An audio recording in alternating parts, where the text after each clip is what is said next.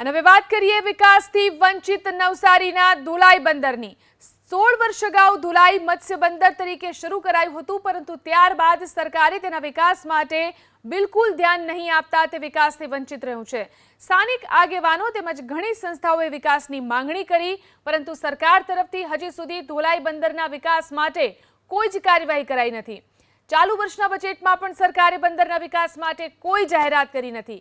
પરિણામે મત્સ્ય ઉદ્યોગ સાથે સંકળાયેલા વેપારીઓમાં ચિંતાનું મોજું ફરી વળ્યું છે। જો આધુનિક સુવિધાથી સજ્જ કરવામાં આવે તો ધોલાઈ મત્સ્ય બંદર ગણદેવી તાલુકા સહિત દક્ષિણ ગુજરાતનું આર્થિક હબ બની શકે, પરંતુ સરકારની ઉદાસીનતાને કારણે ખલાસીઓ તેમજ મત્સ્ય ઉદ્યોગ વ્યવસાય સાથે જોડાયેલા લોકોમાં નારાજગી જોવા મળી રહી છે। અહીંયા ધોલાઈ બંદર ઉપર જેટલી ફિશિંગ બોટો છે એ એક પણ ફિશિંગ બોટોને આ સબસિડીનો લાભ મળતો નથી, અને અહીંયા જે બોટો છે એ બોટો બધી ડીઝલ કાર્ડ વગરની છે, એટલે એ ડીઝલ કાર્ડનો તાકીદે એમને લાભ મળે એ માટે અમે સરકારશ્રીને રજૂઆતો કરીએ છીએ।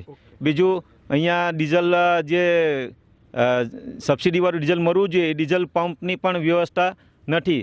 બીજું આ કોલ્ડ સ્ટોરેજ છે, આઈસ પ્લાન્ટ છે, પ્રોસેસિંગ પ્લાન્ટ છે, ડીઝલ પંપ છે, એ તમામ અહીંયા વસ્તુઓની જરૂરિયાત છે, અને અહીંયા આ જે ધોલાઈ બંદર છે હાલ પ્રાથમિક સુવિધાઓમાં પૂરતી મળતી નથી। સરકાર માટે અમે ઘણી માંગો કરી છે, એમાં એક મહત્વનો મુદ્દો હોય તો અમારા ડીઝલ પાસ એ અમારા અહીંયા થવું જોઈએ, કારણ કે સૌરાષ્ટ્રમાં ડીઝલ પાસો ઘણા આપ્યા છે, પરંતુ દક્ષિણ ગુજરાતમાં હજુ સુધી ડીઝલ પાસો આપ્યા નથી।